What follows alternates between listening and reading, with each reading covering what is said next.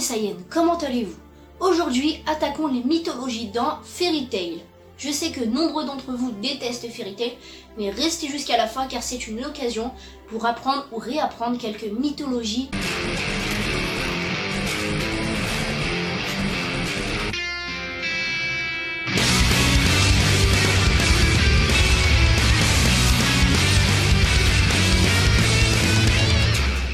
Commençons d'abord avec le tome 1 ou l'épisode 1 de Fairy Tail.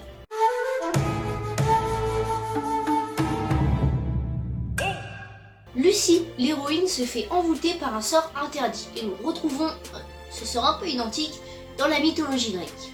Notamment avec les sirènes, donc dans la mythologie grecque, donc qu'on soit bien d'accord, dans la mythologie grecque, les sirènes sont des oiseaux à tête d'humain comme ça. Ces sirènes-là charment les hommes avec un sort un peu envoûtant, donc en chantant, etc., pour les amener dans une vaste prairie remplie d'ossements de marins.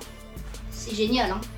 Dans Fairy Tail, un mage usurpateur utilise un sort pour charmer les femmes et les emmener dans son navire pour les réduire en esclavage.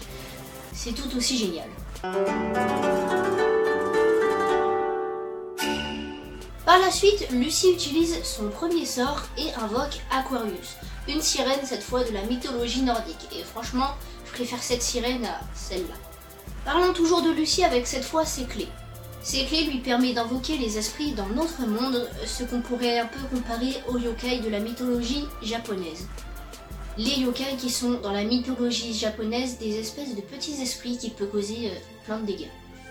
Et le bestiaire de ces esprits varie en fonction de l'esprit invoqué, qui sont tous un peu rattachés à des mythologies différentes, comme Taurus de la mythologie grecque par exemple, ou Aquarius de la mythologie nordique, et j'en passe. Et tous ces esprits-là sont rattachés à une mythologie très populaire et très connue.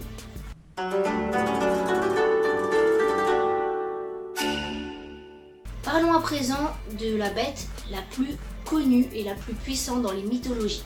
J'ai nommé le dragon. Dans la mythologie chinoise, le dragon occupe le sommet des animaux, tout simplement parce qu'il est très puissant, très charismatique. C'est le dragon quoi. Selon la légende, le dragon a 9 fils. Et combien y a-t-il de chasseurs de dragons dans Fairy Tail? 9. Dans Fairy Tail, il y a Natsu, Gajil, Wendy, Luxus, Cobra, Sting, Rogue, Archnologia et la mère d'Erza, Eileen.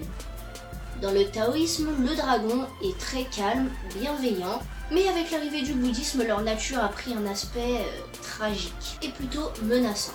Ce qui se reflète très bien dans le manga car nous avons des dragons ou des chasseurs de dragons plutôt bons et d'autres un peu plus mauvais, on va dire. Pour finir avec les dragons, parlons de Archnologia, celui qui est du coup le roi des dragons, le dragon noir ou le dragon de l'Apocalypse. Je pense qu'il aurait été inspiré de Chronos de la mythologie grecque qui est lui-même une personnification du temps, c'est-à-dire les 12 heures du jour puis les 12 heures de la nuit. Selon moi, il serait aussi inspiré de Aion ou Éon, je ne sais pas trop comment ça se prononce. C'est du coup une divinité de la mythologie grecque. Cette divinité serait associée au temps, au cercle qui englobe l'univers et au zodiaque. Pour expliquer ça un peu plus brièvement, c'est le cycle des saisons par exemple, le temps, le sommeil, etc. Il n'a pas de borne et peut également signifier la respiration, l'âge, la génération, l'infini. Et du coup cette divinité m'a fait directement penser à Archnologia durant l'arc de Tenryu particulièrement, car quand il arrive pour se battre contre les mages, il utilise un sort assez puissant qui fait en sorte de stopper le temps chez les mages, donc il les plonge dans un sommeil plus ou moins éternel, et pendant un temps indéfini, il a réussi à supprimer de la carte cette île qui était du coup introuvable pour les autres mages qui cherchaient l'île de Tenryu.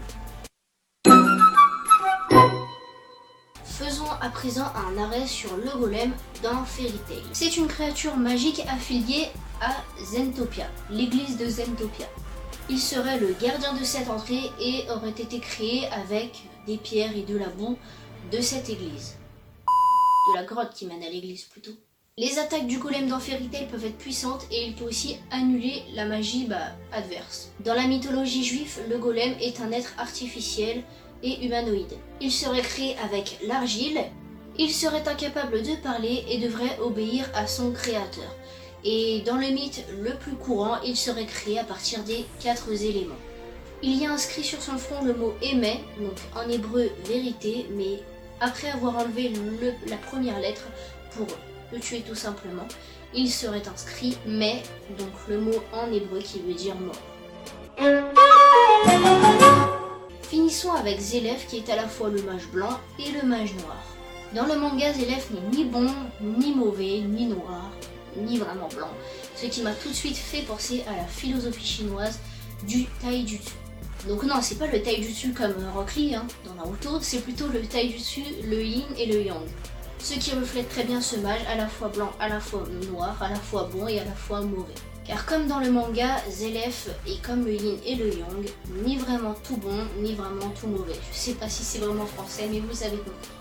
C'est déjà la fin de cette super vidéo.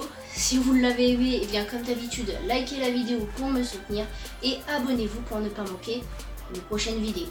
Ciao!